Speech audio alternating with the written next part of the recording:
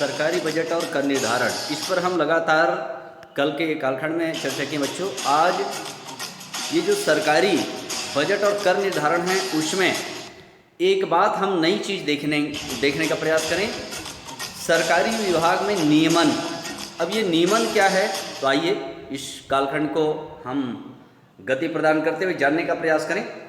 तो प्यारे बच्चों, सरकार की एक और भूमिका होती है नियमन, और नियमन को लेकर के ये क्या है, तो नियमन के तहत कई तरह के कानून बनाए जाते हैं जो व्यापार के तरीकों को नियंत्रित करते हैं। मतलब व्यापार के तरीकों को विधिवत संचालित करने के लिए कुछ कंट्रोल सरकार द्वारा स्थापित करने के लिए व्यवस्था बनाई जाती है।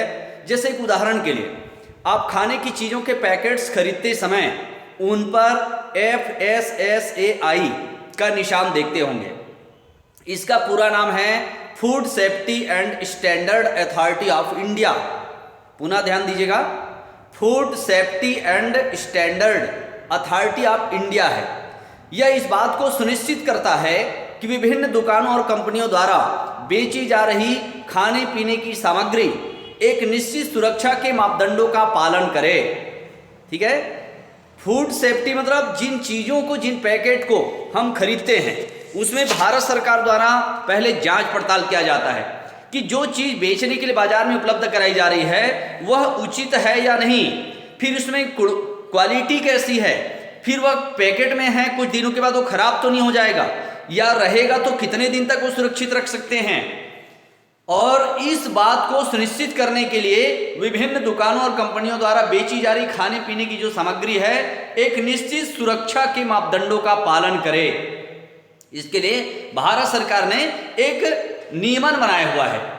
कुल मिलाकर FSSAI खाद्य सामग्री को विभिन्न नियमों और निगरानी के जरिए सुरक्षित बनाकर सार्वजनिक स्वास्थ्य की सुरक्षा करने के प्रति जवाबदेह है। मतलब सरकार सिर्फ सार्वजनिक सुविधा में पैसे लेना और काम कराना ऐसा नहीं, जो आम लोगों तक जो चीज़ें पहुंचाई जा रही है वो सामान सुरक्षित है या नहीं, इससे लोगों के स्वास्थ्य पर कहीं बुरा तो असर नहीं पड़ेगा, या उस पैकेट को पैकिंग किया गया है कितने दिनों तक वो सुरक्षित है, फिर उसको एक्सपायरी का डेट क्या रहेगा। तो इसके तहत खाद्य सामग्री को सुरक्षित रखने के लिए विनिर्माण, संग्रहण, वितरण और उत्पादों की बिक्री के संबंध में नियम बनाए जाते हैं। बच्चों, विभिन्न प्रसंस्कृत खाद्य एवं पेय पदार्थ जैसे चिप्स, हम बाजार में जाते हैं चिप्स लेते हैं, नूडल्स, फलों के जूस, सॉफ्ट ड्रिंक्स के मिलाए जाने वाले परीक्षक पदार्थ के मापदंड भी FSS के द्वारा तय होते हैं। अर्थात जो चिप्स उसमें डाला गया है या नूडल्स या फलों के जूस पैक कर दिया जाता है ना, जूस आता है बाजारों में, एप्पल जूस, ऑरेंज जूस, इस प्रकार से आते हैं, है ना।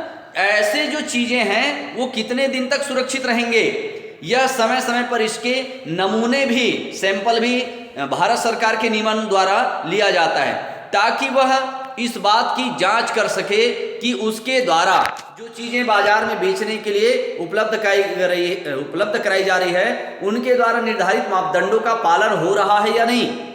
यह इस बात को भी सुनिश्चित करता है कि सीलबंद खाद्य पदार्थों पर उत्पादन एवं समाप्ति की तिथि व मात्रा जैसी सूचनाएं अवश्य हो। बच्चों, जब भी कोई पैकिंग वाला सामान आता है तो उसमें देखेंगे पैकिंग डेट डला रहता है, फिर उसके बाद एक्सपायरी डेट, यहाँ तक हम मेडिकल में जाते हैं उसमें भी आप देखेंगे पैकिंग का डेट डला रहता है, फिर एक्सपायरी वो कितने दिनों तक चलेगा, 2 साल, 1 महीने, 4 साल, जो भी होगा। तो वैसे ही खाद्य जो सामग्री है उसमें भी सीलबंद जितने भी सामान हैं उसमें खाद्य पदार्थ में उत्पादन एवं समाप्ति की तिथि और मात्राएं जैसी सूचनाएं अवश्य हों, यह भारत सरकार नियमन द्वारा निश्चित किया जाता है। ऐसे और भी कई क्षेत्र हैं जहां सरकार नियमन को लेकर के अहम भूमिका निभाती है।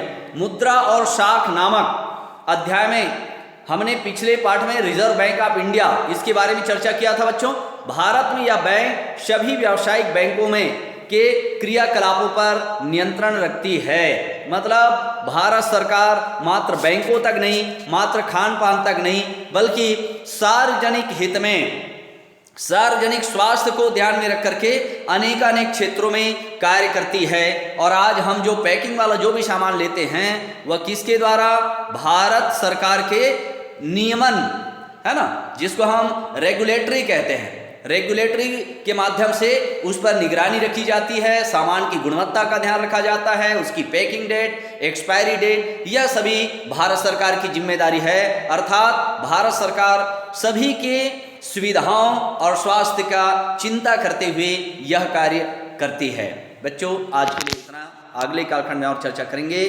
धन्यवाद।